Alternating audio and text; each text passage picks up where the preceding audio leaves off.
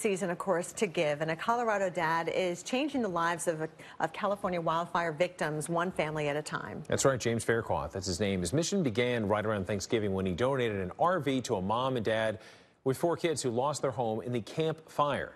James is set to help dozens more California families by the time Christmas comes calling. Wow, Kelly. And James joins us now via Skype from Denver. Thank you so much for joining us.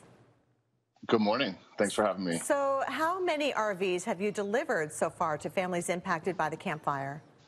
We've delivered 23 as of today and should have about 26 delivered by the end of the weekend. 37 by Christmas is our plan. Wow. Yeah, very cool. So you have more. How many more do you say? Okay, I'm sorry, double question. So you have more RVs to deliver by Christmas, and you mentioned a bit more. What is the overall goal of the project? What are you trying to accomplish here?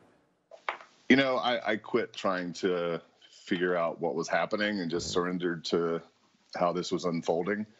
You know, our goal was to deliver one RV, my 6-year-old daughter and I, to a family who needed it for Thanksgiving. And when we got out there, we were just blown away by the need. We have about 330 families who've contacted us, and we've fully vetted and who need a place to live. Last weekend, we went out and delivered an RV to an Army veteran who was sleeping in his car with his family of 5, and that just wasn't okay with us. And so other people have responded, and now it's amazing what's happening. James, 23 RVs so far, but we know you can't do this alone, right? It requires a lot of money to come in and donate, including from your daughter's school. Tell us about that. Yeah, well, some parents at my daughter's school put together a toy drive, and we've placed about 60 children in RVs as part of these families. And so they've gotten holiday gifts for all 60 of them. So we're going to drive out in another RV next week and get those gifts to them in time for Christmas. Wow. I got to ask you, from Thanksgiving all the way to New Year, to the New Year, it really is the season of giving. How does it feel to help so many people, so many families that needed the assistance? We just feel honored to be able to help. I mean, so many people have contributed RVs. We're all volunteers that are working on this. There are just 4 of us. It's Anna, Salma, Natalie, and myself. So we're just doing this as much as we can in our spare time, and it's really an honor to be able to do it. And James, if other people are watching right now and they want to help out too, how can they help support your efforts?